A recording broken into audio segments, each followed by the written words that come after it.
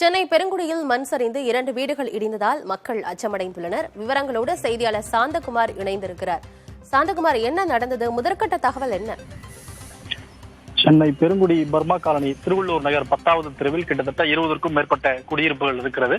இந்த குடியிருப்புகளின் பின்பகுதியில் தனியார் நிறுவனம் ஒன்று அடுக்குமாடி கட்டுமான பணியை மேற்கொண்டு வருகிறது.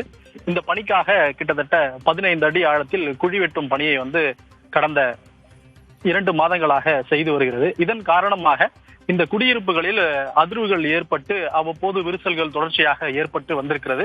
இந்த சூழ்நிலையில் அதிகாலை 2 மணி அளவில் ஒவ்வொரு குடியிருப்புகளாக விரிசல் அதிகமாகி ஒவ்வொரு கட்டிடமாக சரிந்திருக்கிறது. இந்த மண் சரிவின் காரணமாக இதில் 2க்கும் மேற்பட்ட கட்டிடங்கள் முழுமையாக சரிந்திருக்கிறது.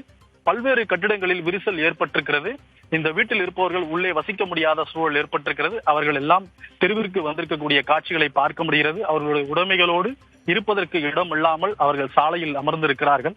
சம்பவ இடத்தில் மாநகராட்சி அதிகாரிகள் கணக்கிடும் பணியை மேற்கொண்டு வருகின்றனர். எந்தெந்த வீடுகள் சேதமாயிருக்கிறது, எவ்வளவு சேதமாயிருக்கிறது அப்படி என்பதை பார்வையிட்டு வருகின்றனர். இந்த பள்ளம் தோண்டிய காரணத்தினால் மட்டுமே இந்த குடியிருப்புகள் சரிந்து விழுந்திருக்கிறது.